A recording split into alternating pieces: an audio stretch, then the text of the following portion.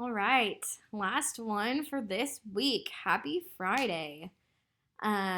We're still talking about ancient Rome. We are on chapter 8, and this one is about Caesar Augustus. So we got to remember that Caesar Augustus is a different person than Julius Caesar. It's kind of confusing because their names, they have Julius Caesar and Caesar Augustus share one of their names. So let's just try to remember that this is a whole new person. Octavian's return. When Octavian returned to Rome, he was 33 years old. Up to that time, he had had a remarkable life. He had been adopted by Julius Caesar as a boy. Then he was named consul of Rome when he was only 19 years old. Octavian and Mark Antony had beaten Caesar's enemies. Each had taken a part of the Roman Empire to command. Then Octavian beat Antony and Cleopatra. He conquered Egypt and took Cleopatra's wealth for himself. He also had 280,000 soldiers in his army. This was just the beginning. Now Octavian was ready to begin the most important part of his life. He was ready now to become ruler of Rome. In this role, Octavian would show himself to be a smart leader who used good sense. Closing the doors of war. Octavian showed his smart leadership shortly after he returned from Egypt. At that time, the Roman people were celebrating Octavian's victory, which ended the civil war and saved Rome. Octavian led a crowd to the temple of Janus. The temple's gates were left open during times of war. They were closed during peacetime. Rome had almost always been at war, so the gates had rarely been closed. Octavian closed the gates. This act showed the Roman people they would now live in peace. Octavian then set out to fulfill this promise. Soon afterward, Octavian bought land for his soldiers. He told them it was time to leave the army and go back to being farmers. Octavian himself went back to his job as consul. He was re-elected 3 years in a row. Then he told the Senate he wanted to give back all his power. He would serve Rome in any way the Senate decided. Octavian becomes Augustus. The Senate decided that Octavian should command the armies in all the large provinces, in all the large cities. They also decided that Octavian should have a new name. He was to be called Caesar Augustus. All right, that's super important to know. Now, all of a sudden, we're talking about this guy named Caesar Augustus. We need to remember that's the same exact person as Octavian. They just decided they changed his name. So it's important to know that Octavian, his name changed to Caesar Augustus. On the quiz, it might try to trick you and say that he changed his name to Julius Caesar. That's wrong. So make sure you write down Caesar Augustus, not just Caesar. Caesar Augustus. Augustus is a Latin word that means revered one. To be revered is to be the most admired and respected. Augustus was named the first citizen of Rome, and the month of his birth was renamed for him. Today, we call that month August. July had already been named for Julius Caesar. Augustus was not a king or a dictator. All his power came from the Senate. He was always respectful of the senators and the assemblies. The senators trusted Augustus because he used his power wisely. Augustus used his power to name new governors for the provinces and new senators. That means all the people that are in charge of the cities. He also made changes in the Roman army. He paid soldiers more money. This helped make the army a good place for poor men to earn a living. Augustus built good roads throughout the empire. These roads connected Rome to the provinces.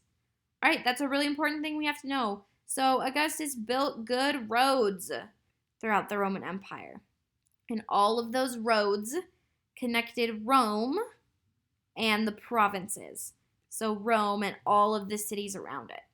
So Rome and the provinces were connected by roads. Augustus often visited the provinces to check if the governors were doing a good job. Augustus rebuilds Rome. At the end of the Civil War, Rome was a dirty, overcrowded city. Most of the streets and buildings needed repair. The aqueducts, which carried water to the city, were also crumbling. Aqueduct is an important word for us to know. It kind of said what it is here. Let's also look up at this vocabulary box here. It says an aqueduct is a structure for carrying water across long distances. So it helps to carry water from place to place. Many people who had lost their land during the Civil War now lived in Rome. They were poor and hungry. They lived in old buildings that often caught fire or collapsed. Augustus bought food for the poor. He rebuilt many old buildings. He made laws to require that all buildings met safety standards. He started Rome's first fire and police departments. He put Agrippa, his naval commander, in charge of the city's water supply. Agrippa and his forces rebuilt the old aqueducts. Augustus wanted everyone to know about the citizens who had helped to make Rome great. He built a beautiful new forum in Rome. Around this new forum, he placed statues of Roman heroes. Augustus filled the city with beautiful new buildings. He built theaters, meeting places, and a grand new Senate building. He changed Rome from a dirty, ugly place to one of the most beautiful cities in the world. Augustus also helped make Roman religion stronger. He repaired Rome's old temples and built new ones. He brought back many old religious ceremonies and festivals. Augustus loved books and ideas. He often visited with writers and poets to listen as they read their work aloud. He asked wealthy Romans to be patrons to writers. These patrons gave money to writers so that they could keep writing. During the time of Augustus, talented writers wrote many great works. People today still read some of these great works. All right, let's back up a little bit and look at these pictures. Here we have a statue. It says Augustus led Rome to new heights of glory. So Augustus did a whole lot for these people. That's probably why they have a statue of him, because they liked how much he did for them. And over here it says the beautiful Pantheon was used to worship all of the Roman gods. The original Pantheon was built by Agrippa during the rule of Augustus. So that's one of their really beautiful buildings that they had there in Rome. All right. Rome's first emperor.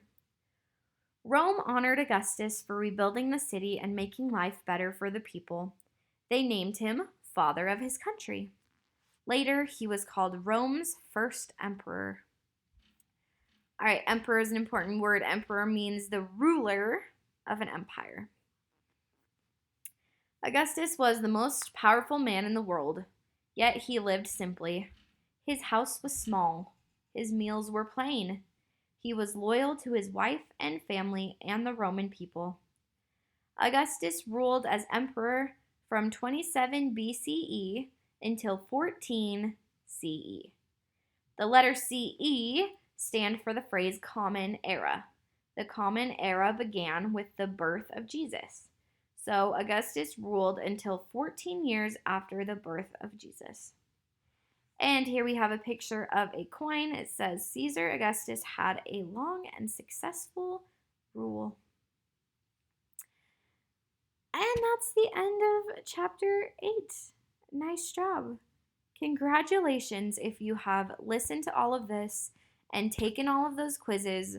We are so proud of you guys for doing this. And nice. We will pick up with chapter 9 sometime later.